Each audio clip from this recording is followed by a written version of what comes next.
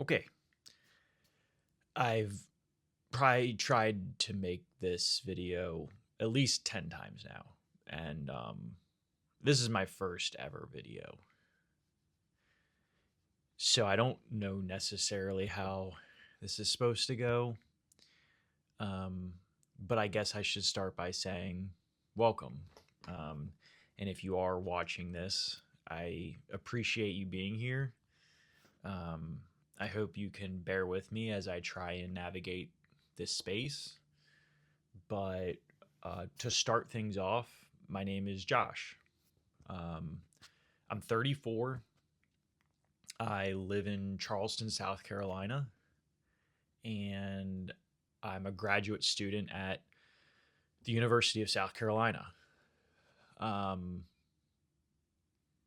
I guess I'm making this, well, I'm making this video in this channel because I have some lived experiences and thoughts and outlooks on life that I guess I feel are kind of important to share.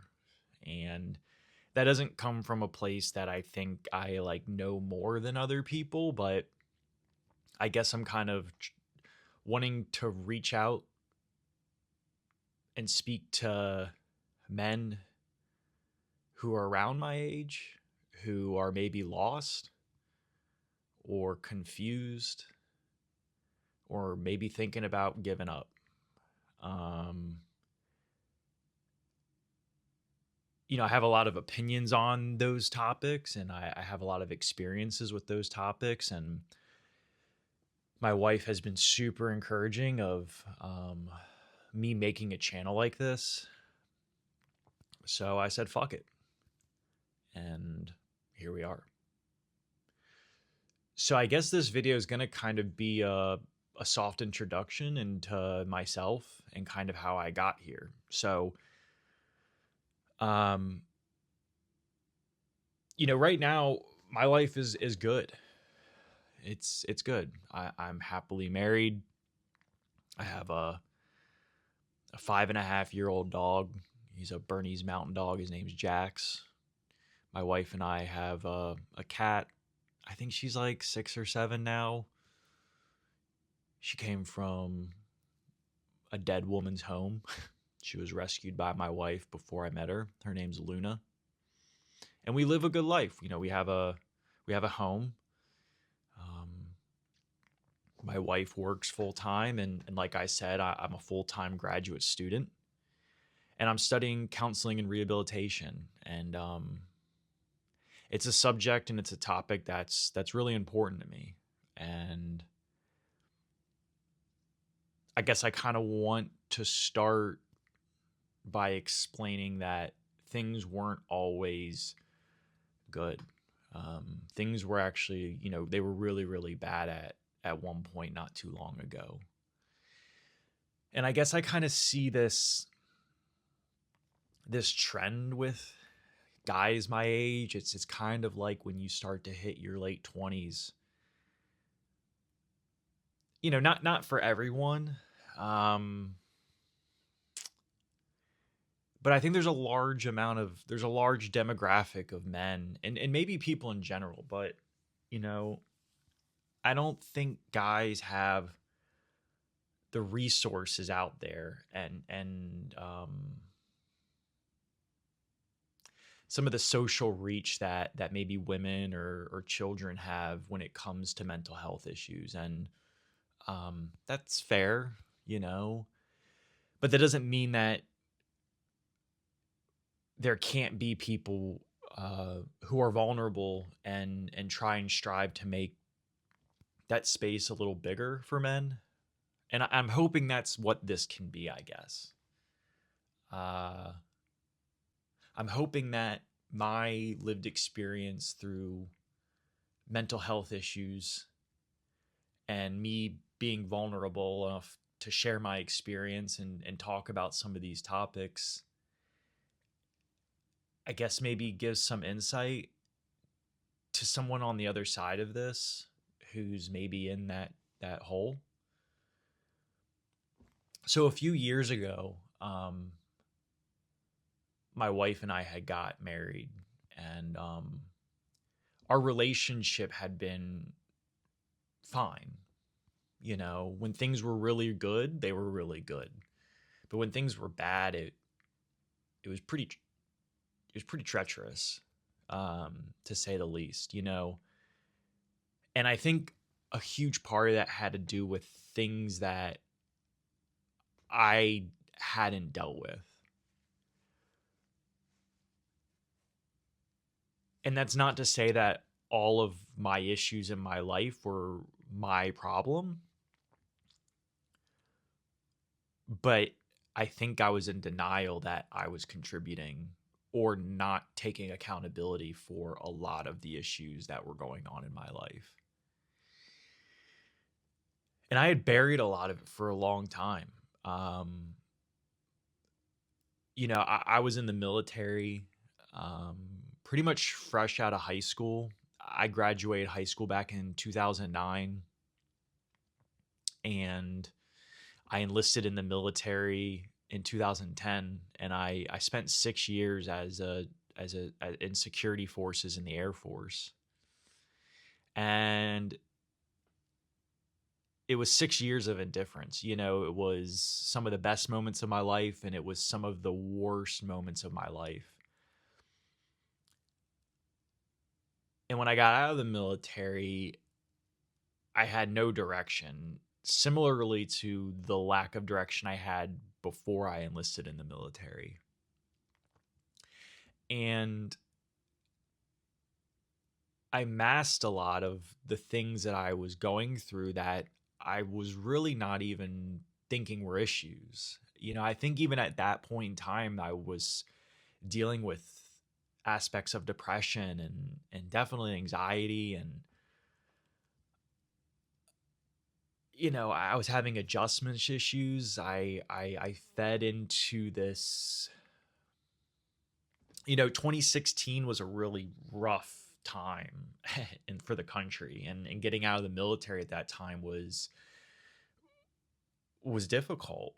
It's not to try and get pity for myself, but the country was really divided, and to a lot of degrees it still is. But I came from a police background in the military and kind of a country first mentality, and that's really what I knew for 6 years. And a large development of my young adulthood, my young manhood was based on this persona of, bleeding blue, and doing what's best for your country and putting your country first. And I didn't have any of the insight or experience of what people were dealing with in the civilian world. And when I got out, it was really difficult for me to adapt to that, like a lot of vets do.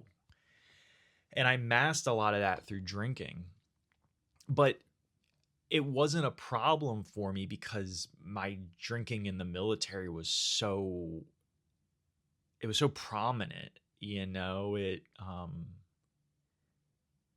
This isn't to like pat myself on the back, but it wasn't uncommon for guys and girls in my profession in the military to drink a bottle of liquor in a night, or kill half a case. That was normal. It was kind of glorified, and I don't know what we were trying to cope with, but we were trying to cope with something. And then you get out and no one teaches you how to, like, you take 6 years of a learned identity. The military trains you for so long nonstop, and then over the course of a week they just expect you to change. And it's in my opinion, it's one of the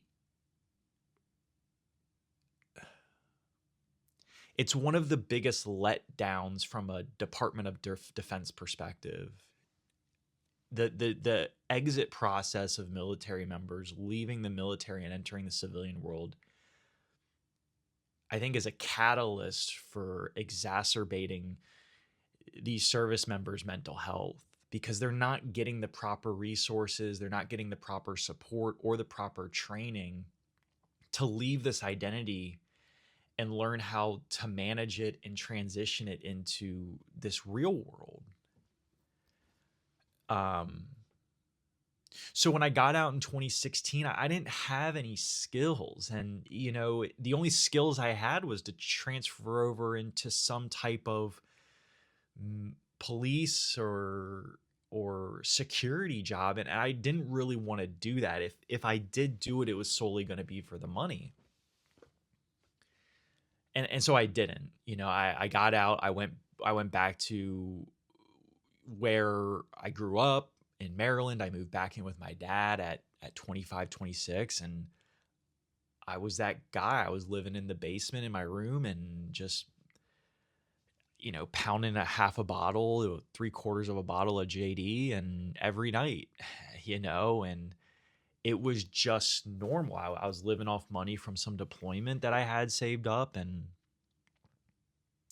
I was working this kind of part-time retail job at Under Armour, and I was really just doing it to get the great discount they had and get clothes. But anyway, I got out, and I tried going back to school in the GI Bill, and I thought I wanted to go into some type of business major, and that fell apart. It wasn't what I wanted to do. It wasn't of my interest. And I had a buddy who lived down in Virginia, and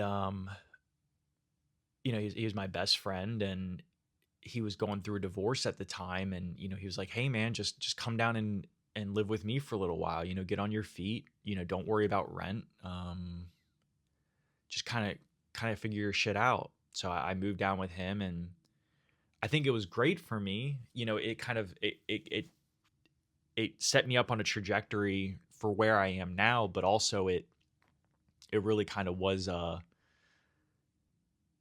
spiraling effect, because now I was living with someone who understood me but also supported those aggressive drinking habits, and it was fun. It wasn't like I'm bashing it, but it just probably wasn't the healthiest environment. But again, at that time, I didn't know. I didn't think anything was wrong.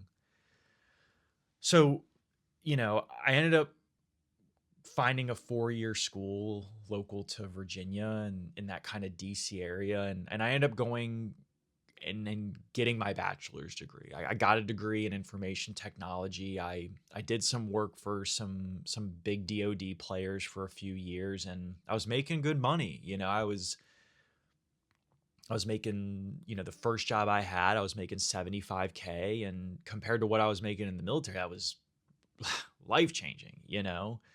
And then I kind of started moving into different areas of DoD, and I worked at the State Department for a little bit, and I was getting close to six figures. And I thought that's what I needed, was like more money.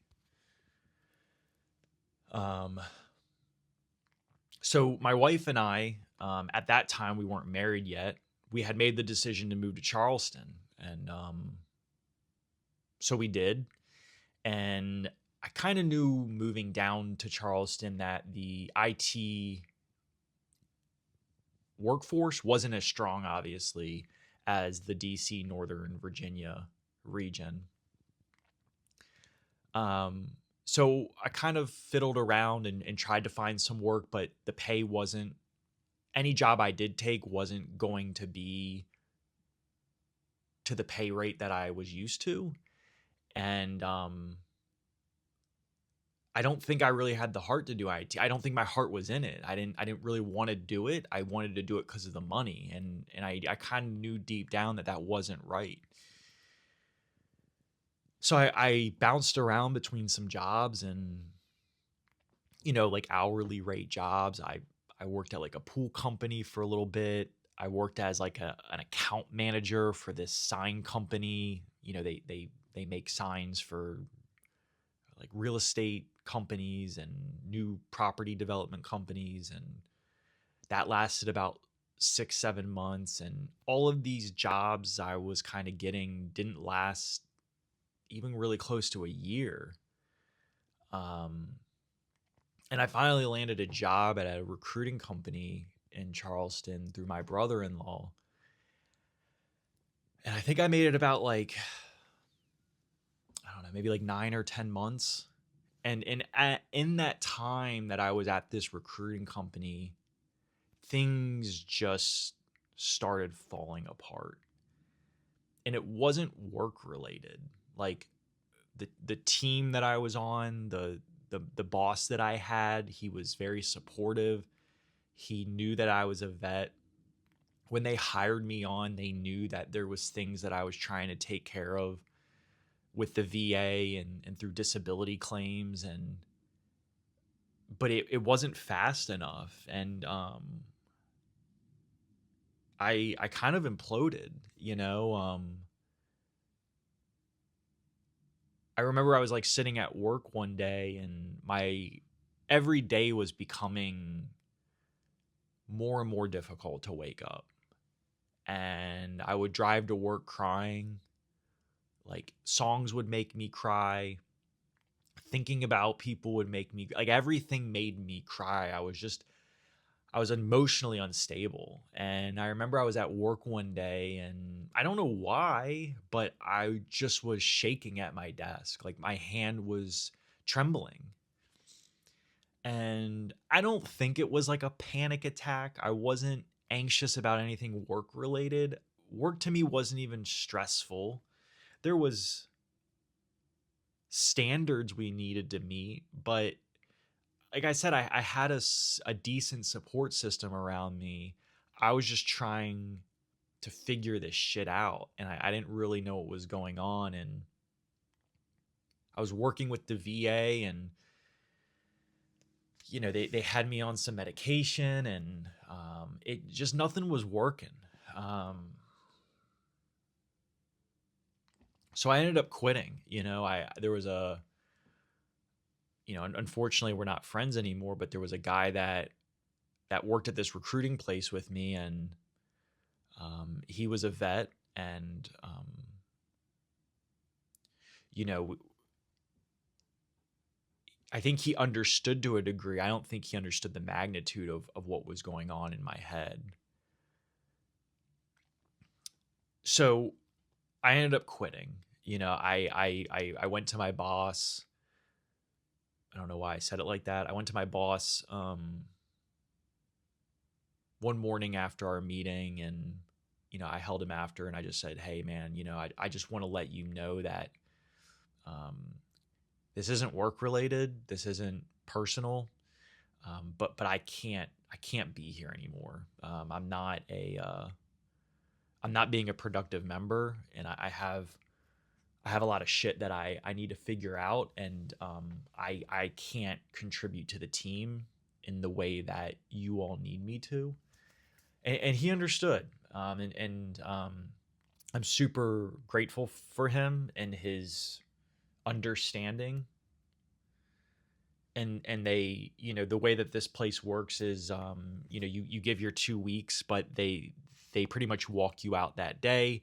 They pay you for 2 weeks, but they just don't have you come back to the office. And that's what they did, and it was fine. And that's kind of where things got really bad. It's even hard to a degree to pinpoint exactly in time how things happen, because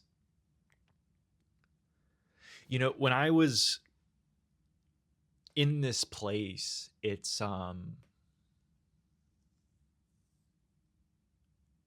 kind of hard to describe to someone what a state of depression and suicide looks like unless you've been there yourself. And even to that degree, I think that varies from person to person. um but that was a really life altering time period for me. you know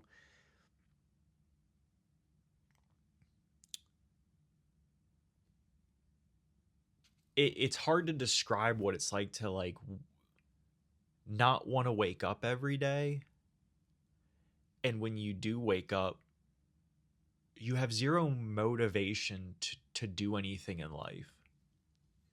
You don't want to eat. The thought of eating is disturbing to you.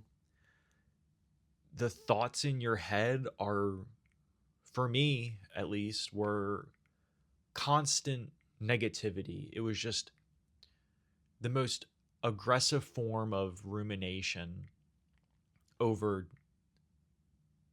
horrible things. And I didn't know what to do. You know, like I said, I was working with the VA, and I was trying to get this disability claim processed, but it's a slow thing, and it that weighed on me even more. You know, I didn't have any income. My wife was doing what she was trying to do, and she had no experience with it. Um, so there, it was really tough, and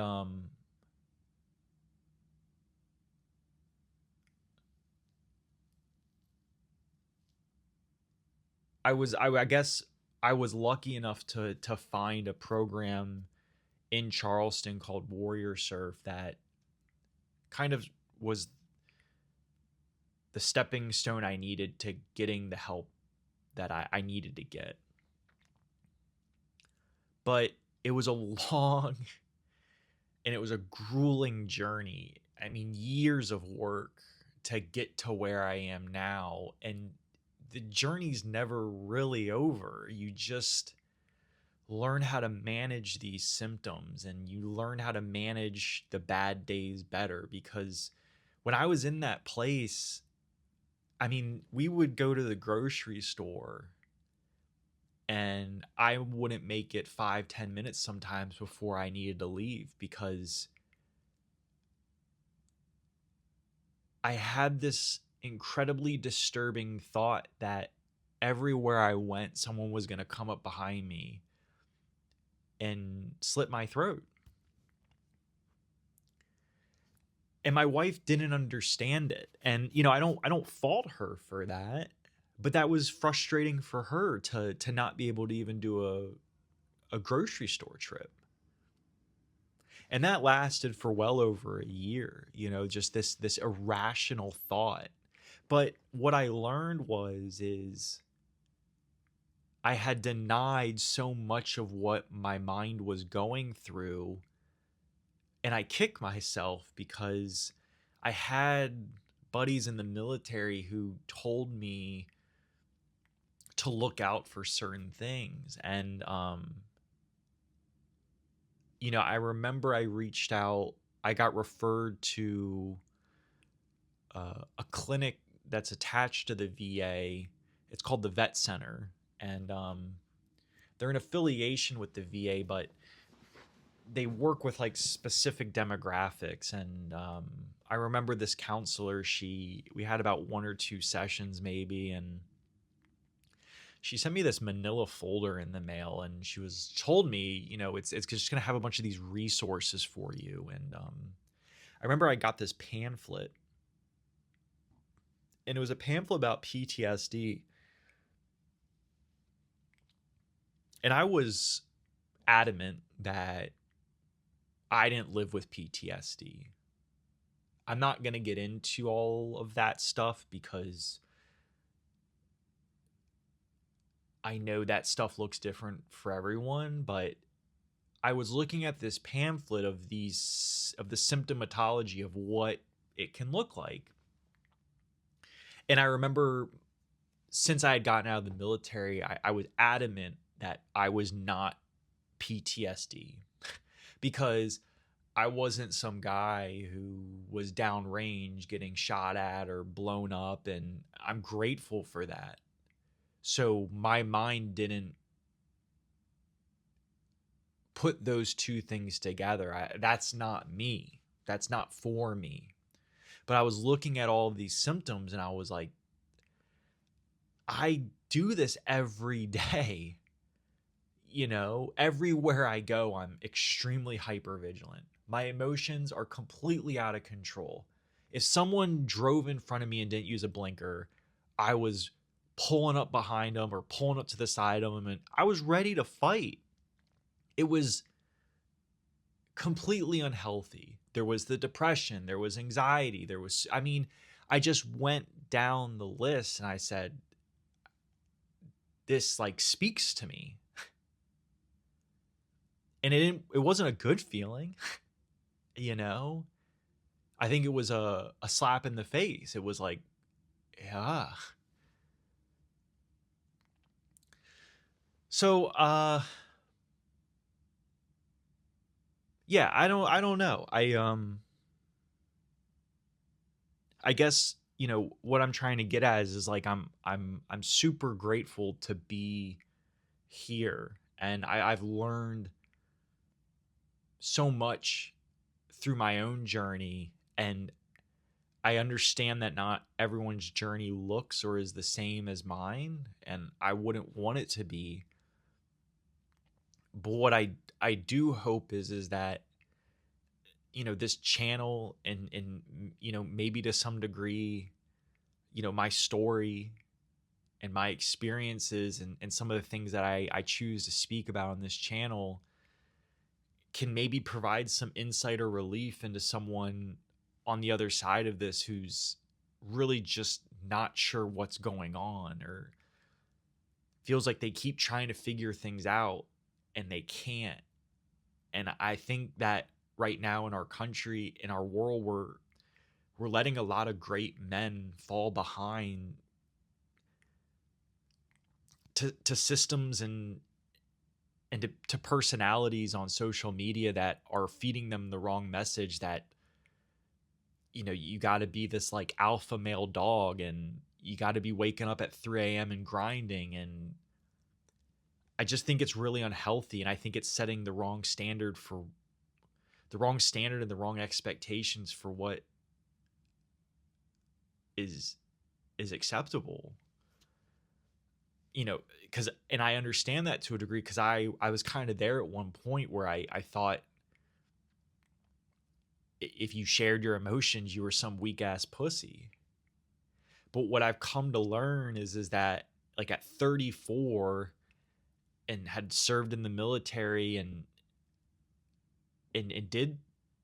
didn't experience a lot of mental health issues, like, I've come to understand that my belief of what a true strong man is someone who's emotionally in tune with himself, who understands his emotions and is able to manage and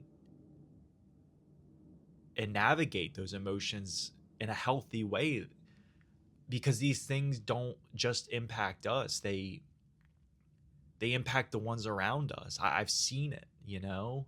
I've seen how my reactions and some of the hurtful and hateful things that I've done have impacted my loved ones, and this shit's generational.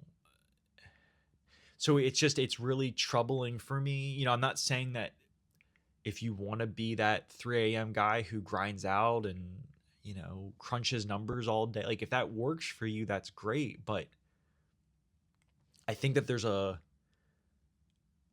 large demographic of men in their late 20s going into their 30s who